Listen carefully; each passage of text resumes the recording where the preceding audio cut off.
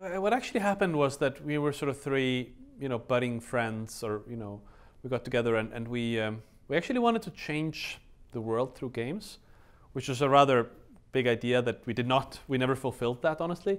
Like, we had this idea that games needed more culture, that we couldn't just keep having games where the only sort of reference to reality is using reality as a backdrop against which to kind of shoot bad guys, or just guys in general. So we had some pretty big ideas for how to kind of use games for storytelling and sort of teaching people about historical systems and all kinds of big ideas. Anyway, then we built tools for ourselves to kind of work on these projects that we had.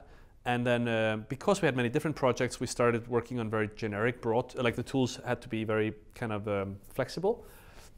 And then at some point we realized that, the big kind of visions for transformative games we had would be, incredibly hard or impossible to fund. So we sort of realized we'll probably never get there. And at the same time we realized, probably from necessity, honestly, that the tools we had made were very, very different from how the sort of rest of the game industry construed tools. We were focused on, kind of flexible team sizes, like small to mid-sized teams. We were focused on workflow and ease of use and elegance for whatever sort of strange historical reasons. We were kind of obsessed about that. And then we realized that when tools are made dramatically easier to use and dramatically cheaper than before, different parts of different industries and particularly different mediums have changed.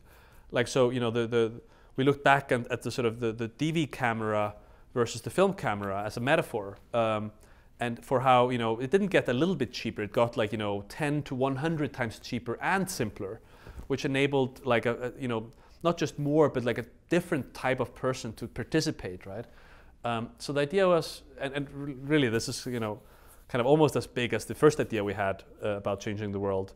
We're maybe we can change the games industry with these tools, because maybe so many more people will participate in making games that new types of genres come up, new games that wouldn't have been created before might come up.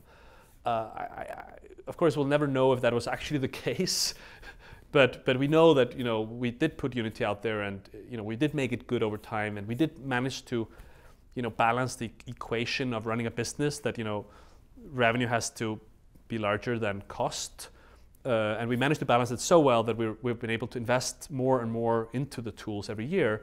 So now this game engine of ours is really good, very flexible, and very broadly used. And we managed to also drop the price in certain ways so that it's free for a lot of people.